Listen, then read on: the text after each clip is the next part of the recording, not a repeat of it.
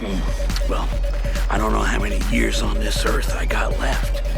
I'm gonna get real weird with it. Hello, hello, my beauties and bees. Have myself muted there for a second. Isn't that out of character for me? Anyway, welcome. We got a new theory in today that we're going to look at. So I'm glad you're here because this one's going to be a fun ride, and hopefully you enjoy this type of content. If you do, let me know in the comments down below, because this is I'm really trying to hone in on what I'm doing on this segment of the show, and I think I got a pretty good idea of how I want to approach things. So you let me know if you enjoy this or not. Yeah, the black screen scared you. Yeah, there wasn't. I mean, at least there could have. I should have put a background behind that or something. I thought it was longer. Most of my Matt Powell quote videos are about 2.5 minutes long, so it gives me time to run to the bathroom and then go grab something to drink. But that didn't happen today. Anyhow, today we are talking about something called the 27 Club. Are you familiar with the 27 Club? If not, it's okay. But that's what we're gonna look at today. So this. Here, let me switch over. There you go. This is the 27 Club, or a list of people included in this 27 Club, right? Some big names in here. Yeah, Robert Johnson's kind of considered the start of it all, born May 8th, 1911. He was a blues singer. Then you get characters like Brian Jones from the Rolling Stones, Jimi Hendrix, Janis Joplin, Jim Morrison. Some of these people, though, they have listed here as part of the 27 Club. I don't know if they count if they're not in and of themselves. They're of a famous band or a band that at least has had gold albums. Just having somebody die at 27 that's also in a band, I don't think should qualify them for the 27 Club. I think they should have to be famous, and then crash at 27. And at the peak of their fame or whatever, when they're still in upward momentum, they crash. And that's not always the rule, though. But that's always been my consideration for who is in the 27 Club. Kurt Cobain, that's one. Now, it looks really convincing. Wow, this is a lot of people, right? But I think the numbers are a little bit bolstered. There's Amy Winehouse. Now, there are certain people who are sometimes associated with the 27 Club that aren't even really members of the 27 Club. I was talking to Ember before the show started about the day the music died and then the Leonard Skinner crash.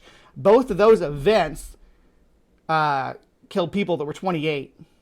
So the Big Bopper was 28, and the Ronnie Van Zant, Steve Gaines, and Cassie Gaines were all 28. All of them, all three of them.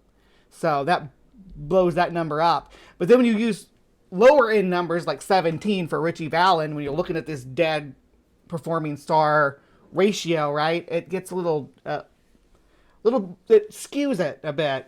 Now, if you cut out Richie Valens, we started Buddy Holly at 22, and then you have to put a cap on it somewhere. I would say,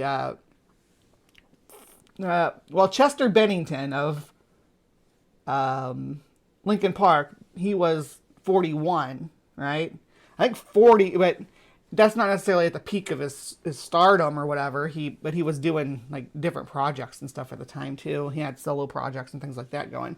And it's not just musicians either. You got there seems to be a trend with comedians too. You got Billy Hicks, 33, Chris Farley, 32, John Belushi, 33.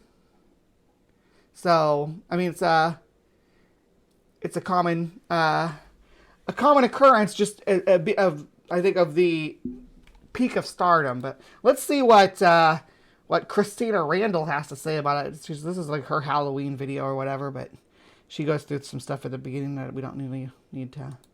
Here we go. Promoting her content and whatnot. There we go. Okay.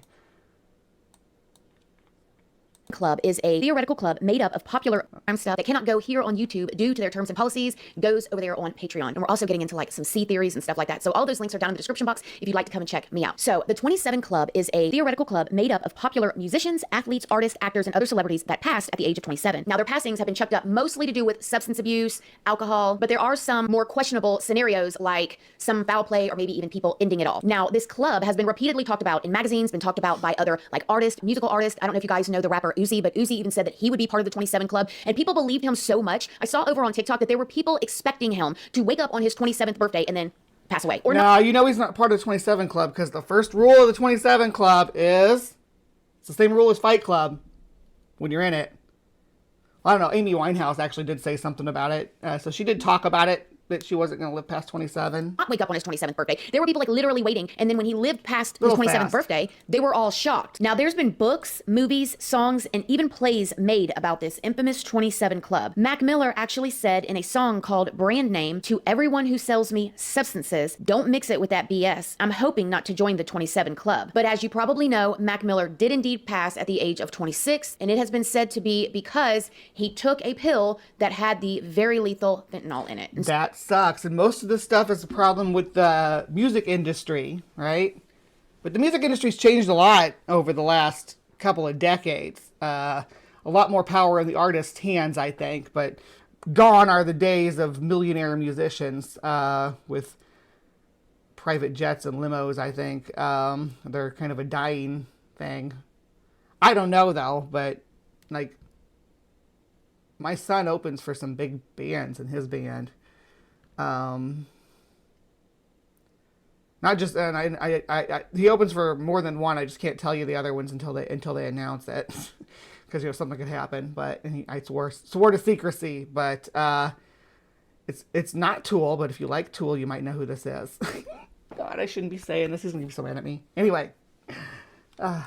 So he sung about that, and he actually didn't even make it to 27, and his life ended in the exact way that he sung he didn't want it to end. The deaths of several 27-year-old popular musicians between 1969 and 1971 led to the belief that deaths are more common at that age. Music biographer Charles Cross wrote, "The number of musicians who died at 27 is truly remarkable. Although humans die regularly at all ages, there is a statistical spike for musicians who die at 27. Now, even though I think that statistical spike can be accounted for by the culture of the industry. You give someone in it starting who's generally to start their music career, trying to make it in their late teens to early 20s. So that's when they start. Sometimes earlier than that, but oftentimes that early. And then they get into the culture, right? And then there's obstacles that are thrown in your way. And that's why I looked up comedians too, in both the comedy circuit and the music circuit, live performances. She ties in a whole bunch of like actors and stuff into this too. I dismissed that. I think that being a live performer is part of the criteria of the 27 Club. Yeah. So, needless to say, this claim for the statistical spike of these passings at the age of 27 has been argued by scientific research. It is still a cultural phenomenon that documents the deaths of celebrities, and many were living high-risk lifestyles. So let's start with... It's exactly that. We roll into it at this right age, and then you get about 5 to 10, sometimes a little more years to engage with whatever drug culture that's present backstage. And it's encouraged by especially during the good old days, it's encouraged by the record labels for the stars to party hard and keep up that image. So you're taking whatever to keep going and party hard and keep people enthusiastic in the audience. So you become chemical dependent, carrying around a heavy guitar too. And I did it for. I never made it big or anything, but I was a working musician for about a decade, maybe a little shorter than a decade. But carrying around a guitar takes its toll on your body. Carrying around a bass takes its toll on your body. I don't know. I still can't play for longer than half an hour or so without having an aching hand for days. Just Yeah. Anyway, so there's a lot of factors coming into play after maybe 7 to 10 years on the scene that people do seem to succumb to the party life and overdose often. With the one that really got this going, Robert Johnson. Now, Robert Johnson was a blues musician who passed in 1938. He is one of the earliest popular musicians to be included in the 27 Club. In August of 1938, just a few months after his 27th birthday, Robert Johnson tried to make a move on the wife of an owner of a roadhouse where he was playing. Then he drank from an open bottle of whiskey he was offered, and he died 3 days later of poisoning and pneumonia. But the thing that makes Robert's passing... Jealousy. Jealousy is ugly. You ask the barkeeper if he's into that first, and then you can make the pass at his wife. If someone's in a relationship, you don't make a pass at their partner without their consent. So, I mean, just food for thought, Robert Johnson. Then maybe you won't get poisoned by whiskey. So eerie and creepy is because it was well known where he lived that Robert sold his soul to the devil for fame. Now, I know. Oh, satanic panic, Christina, satanic panic. Hey, this ain't my story. This is theirs. It is said it is satanic panic, though. So, the reason Robert Johnson, because he had a couple of songs. Let's see.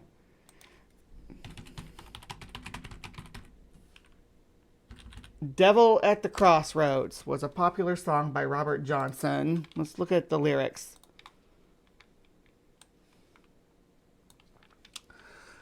Went down to the crossroad, fell down on, and this was, there's a covered version of this by Eric Clapton.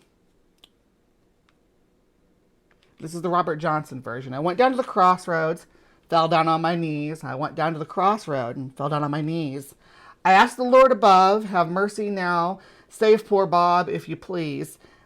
Yeah, standing at the crossroads, tried to flag a ride. I tried to flag a ride. Didn't nobody seem to know me, babe. Even everybody passed me by. And then standing at the crossroad, baby rising, sun going down. Standing at the crossroad, baby rising, sun going down. I believe my soul now. Poor Bob is sinking down. You can run. Tell my friend Willie Brown. You can run. Tell my friend Willie Brown that I got the crossroad blues this morning. Lord, baby, I'm sinking down. And I went to the crossroad. Mama looked east to west. I went down to the crossroad, baby. I looked east to west. Lord, I didn't have no sweet woman. Oh well, babe, in my distress. Okay, so nothing about this song, despite its, the crossroads and deal with the devil, that kind of thing. Nothing about this really jumps out as a deal with Old Scratch. But I think it is built around the notion of Old Scratch. Now, Old Scratch is a folkloric character who makes deals with people at the crossroads, not just musicians, with anybody at a crossroads. You go there at a certain time and do certain functions, and then they appear to you. Sometimes it's called a crossroad demon in pop culture. I know that's what they were called on Supernatural, but basically that concept. And actually there was a Robert Johnson episode of Supernatural, or Robert Johnson based episode. But let's let her continue. That Robert, all he wanted to do was play blues music, and he sucked. Like, he sucked. Nobody wanted to listen to him. Allegedly, his own daddy was like, boy, put that thing down. Like, no, right? But the tale goes that one day, Robert came upon the devil, and when the devil asked him what he wanted, Robert said, more than anything in the world, he wanted to be the best blues musician that there is around. And the devil said, if you give me your soul. And Robert agreed. Now, this is the tale. Then it was said that's folklore, fake lore, actually, built around him having that song. And he has another song called "The Devil," and which is also nothing to do with the devil. Is it "The Devil and Me"?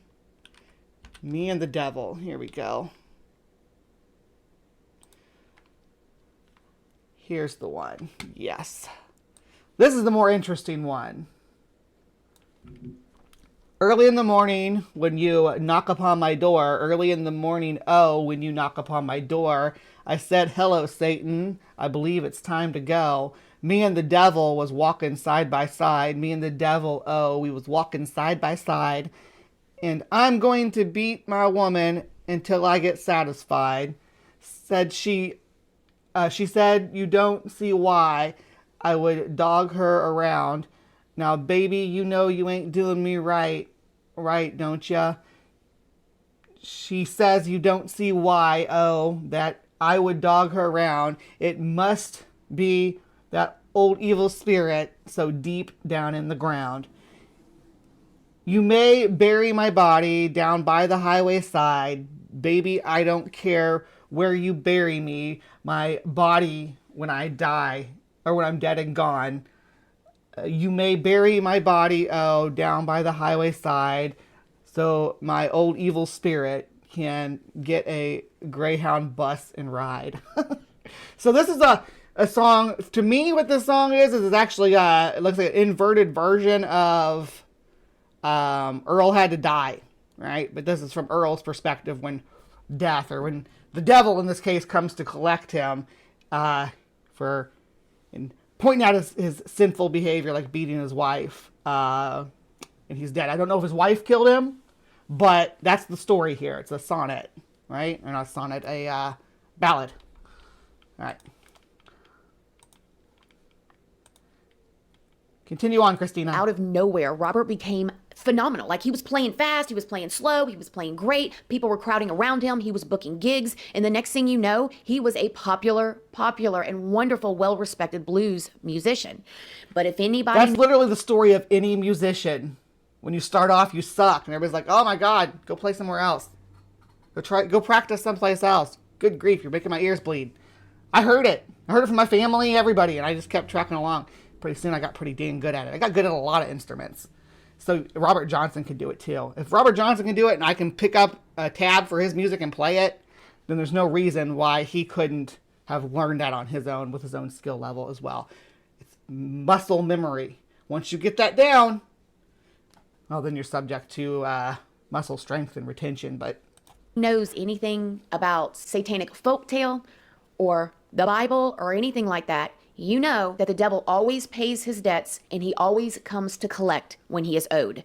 And that is why people believe, still to this day, getting closer to 100 years later, that the reason why Robert died at 27 was because the devil came to collect the debt. It may not mean anything if that was the only story like that, but there are other stories where people have said and admitted that they have done rituals and things in order to trade their soul for fame and fortune on this earth. You know that scripture that says, what good is it for a man? Okay, so I'm just speculating that we're not going to hear about any rituals or anything on this video. She's not going to elaborate on that.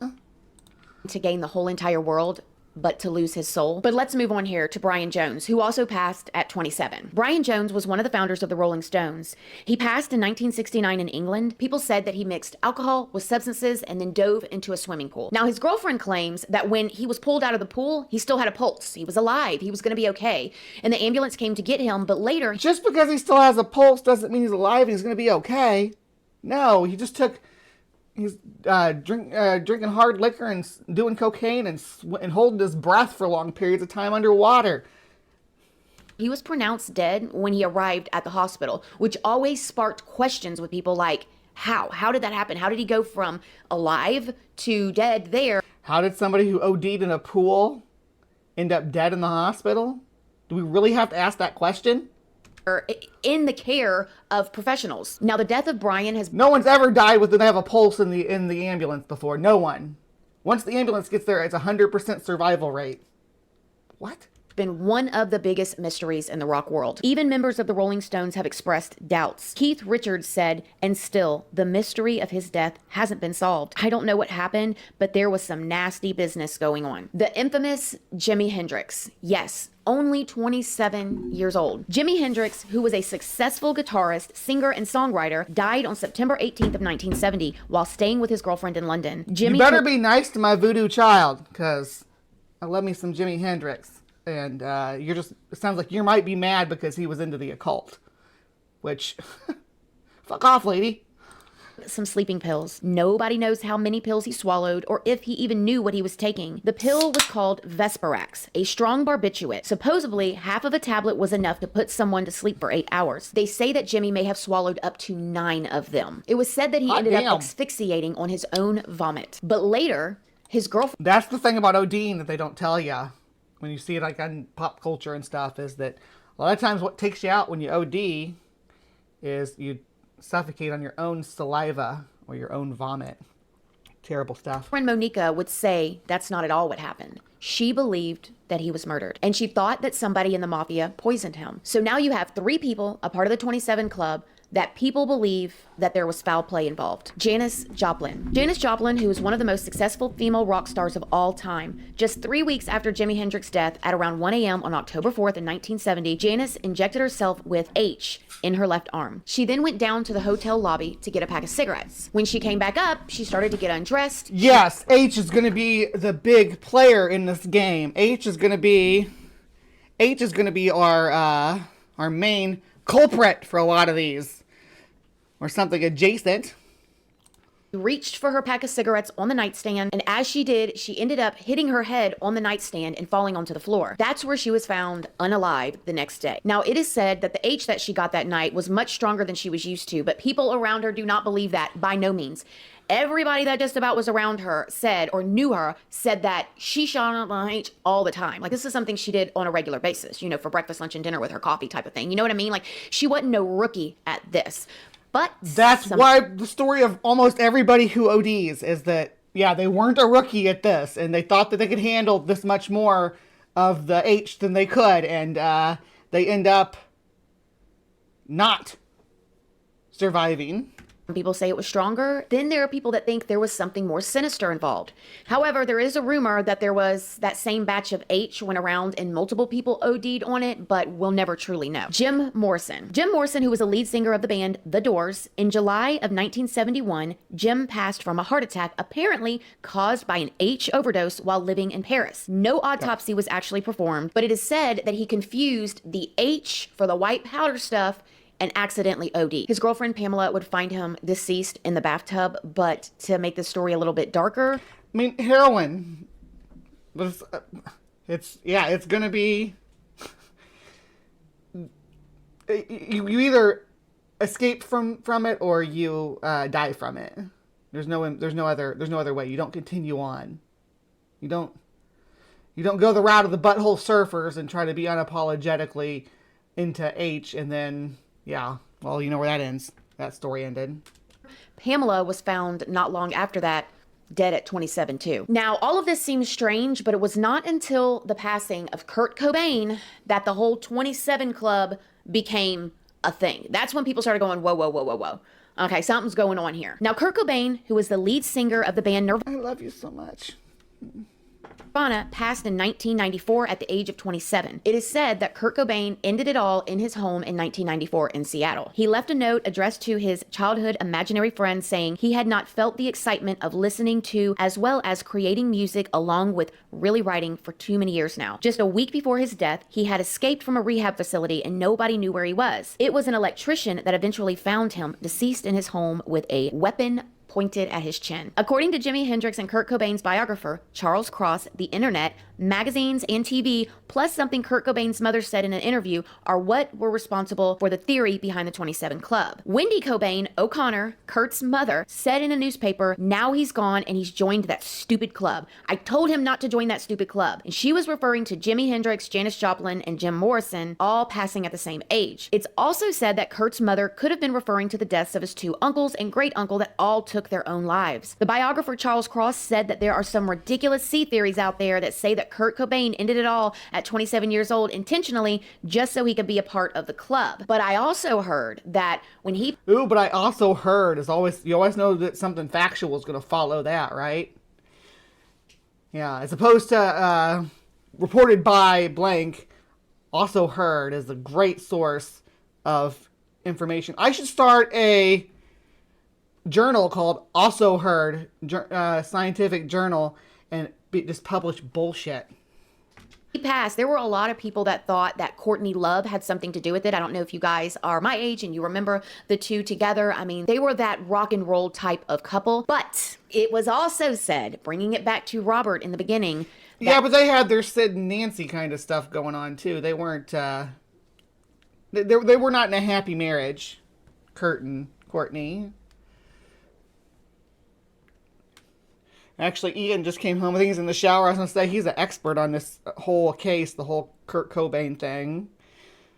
Kurt Cobain allegedly sold his soul to the devil for fame. So there are so many things that are circulating the passing of Kurt Cobain, and it's still a mystery. In 2011, Amy Winehouse died. Did he do it under the bridge? Underneath the bridge.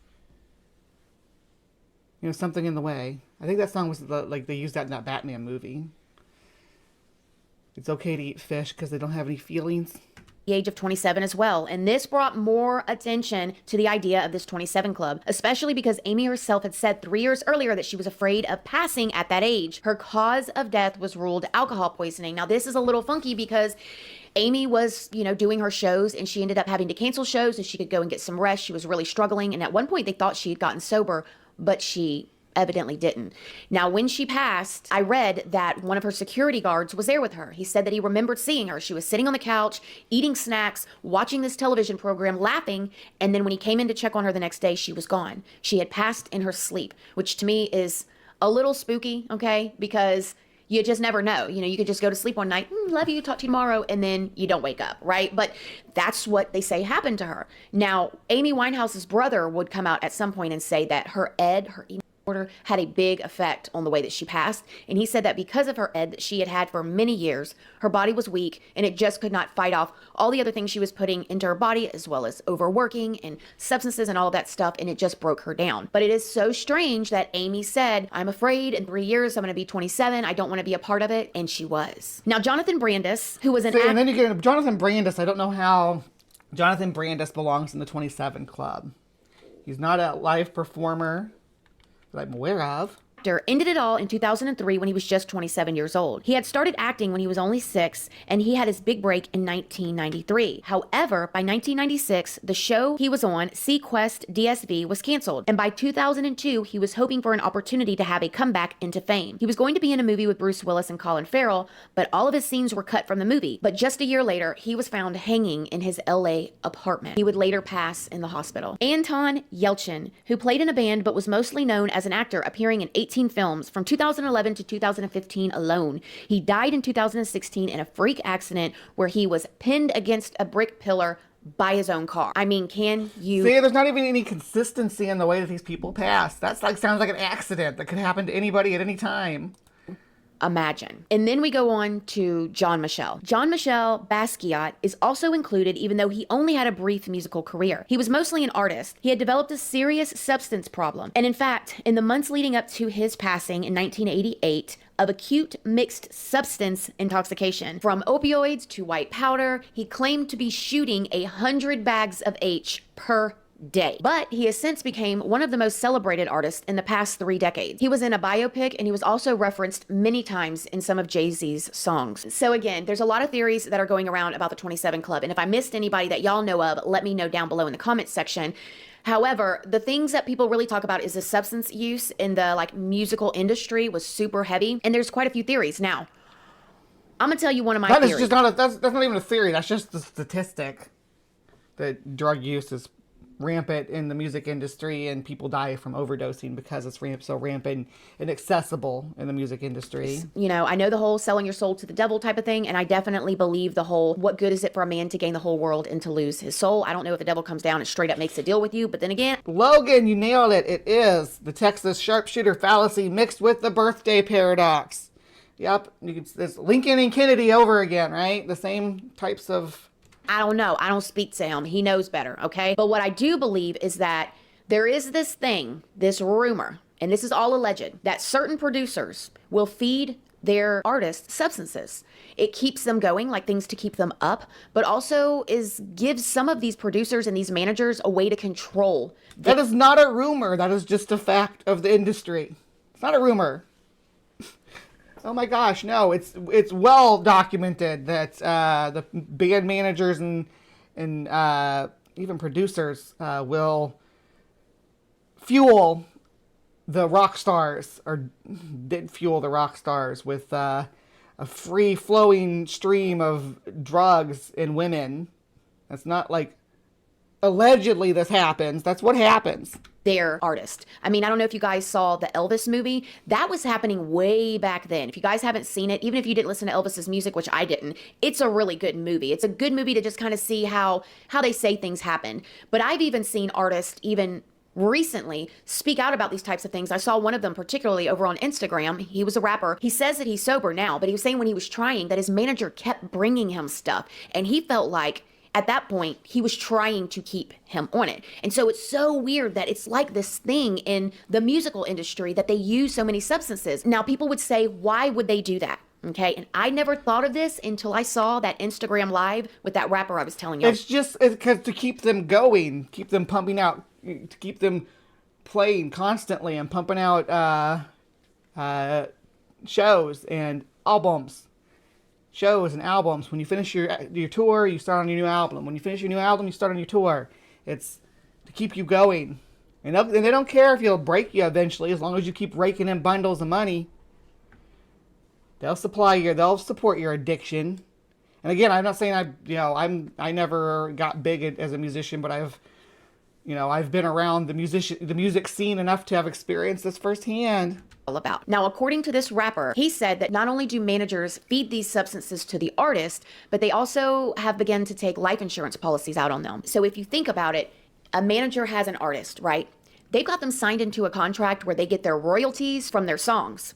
Now, if they pass, the manager is going to get that money as long as a manager still has them under contract. And then also, it is a well-known fact that after an artist passes away, their music does better. It doesn't matter who you are. You have a bunch of artists that we didn't even really know who they were. Well, and not just musical artists, any kind of artist.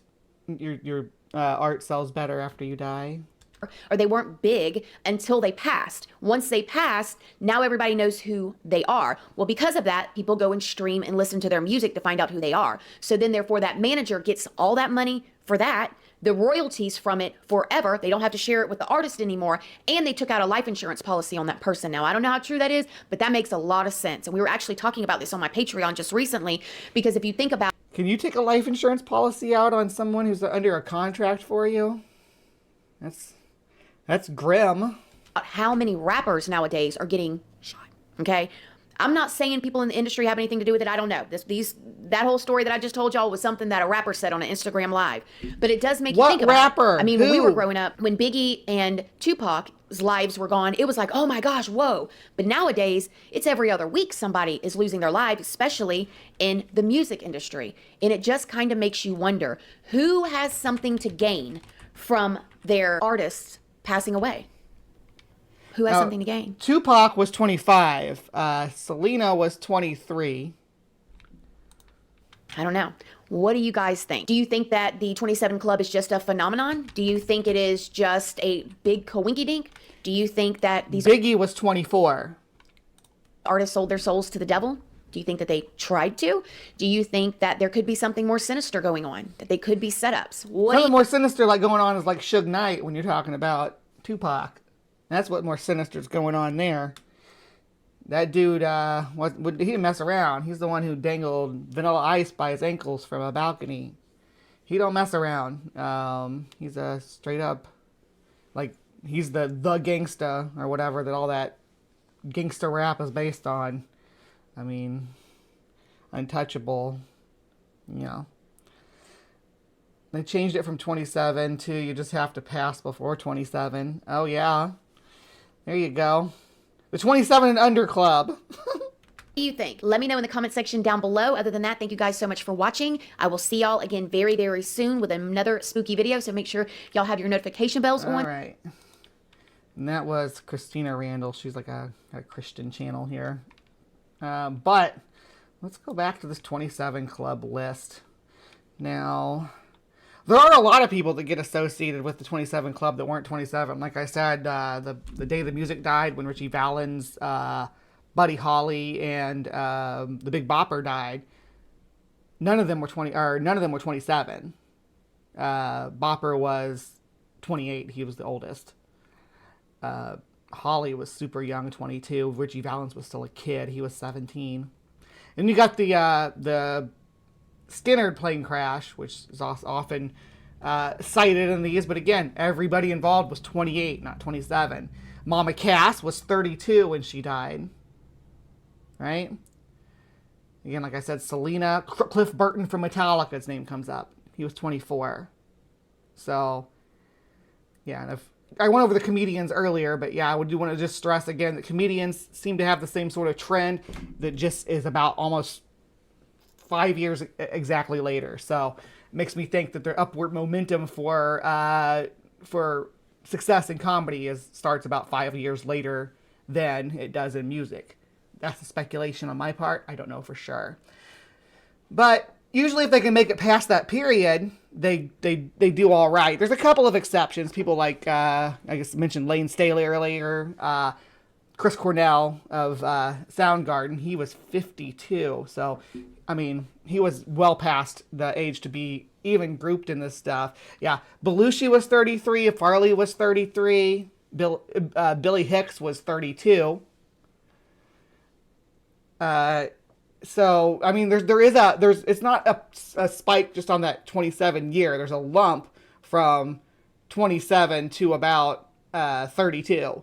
That's where the problem is, right? Where that's the age where these musicians are usually had most of them, at least the ones that I'd always considered part of the club, had a good career in the early 20s and was working, and they were all working on, like, I mean, if you want to talk about correlations, they were all working on side projects aside from their main band or main art form that they got famous for, right? And they were sitting at the top. You know, they had 1 or 2 hit albums, or and they were on top of their game, and then they turned 27 and something switched in their life. That's what it means to me to be in the 27 club. But they want to bolster the numbers by dragging every Tom, Dick, and Harry who died at 27 and picked up a guitar and putting them on the list, and that's just not how it works. Now, one thing that freaked me out, I was talking to Ember this morning. We were in the Discord server on the Transpositions in the side chat, and I was talking about, it's all a bunch of coincidence stuff, and I scrolled down to the bottom of this list, because it's the most recent person, and I see this name, Chance Perdomo. Now, I just recently last weekend binged the last 3 seasons of The Boys, and then the first season of Gen V, which is the spinoff series. So this guy popping up on here gave me a start, because I was like, who's that? Why does that name sound so familiar? And I hovered over it, and boom, there's freaking Polarity the Second's face coming at me. He's a main character on the first season of Generation V, or Gen V. He died in a motorcycle accident in March. They're not going to replace the character or replace the actor with another person in that character's role. They're going to deal with it by having the character die off as well. So that just gave me a start. I didn't realize he was 27. He plays a college student, so I figured, something somewhere in his mid-20s, but 27. So I think it's just an age where adult people, at least in the U.S. and the U.K. and I guess Europe and stuff, you're at that age where if you're a performer, you're kind of on top of the world. You have access to everything, to all the drugs, and I say for what women and or men, depending on what you're into. You have it all at your lap. I can imagine how hollow the world can start to feel once you get up to the top and realize that all there is fucking piles of coke and prostitutes. Yeah. Lucky me I'm not rich, huh? Anyway. So that was just some short coverage of the 27 Club. Do you believe in the 27 Club? What about the 28 Club? The 30 Club? Oh, Marilyn was 36. A good bit past 27. Yeah, she looked gorgeous, though. I guess she had some work done, of course. Sumami's in the 37 Club, apparently. Pragmatic Crystal's in the 49 Club.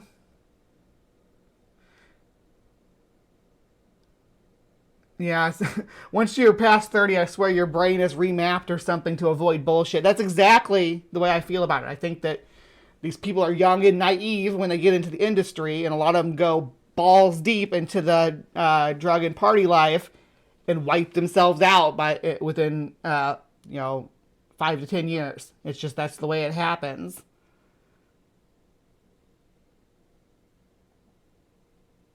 I am a few years older than you. Yeah, I'm 41. I just turned 41 in July. So, I'm older than Sumami. Just lay on your bed and try to come up with witty comments. Yeah. I don't want a hollow, wealthy life. I want some purpose and good friends. Exactly. Friendship is better than money any day of the week. Salt and pepper facial, but still brown on top. Oh, baby Brie. I have these cheeks. They came back. I had these cheeks when I was a kid. Now they're back. Look at them. I'm happy with my cheeks. They make my smile nice. So, 27 Club. Who's in the 27 Club?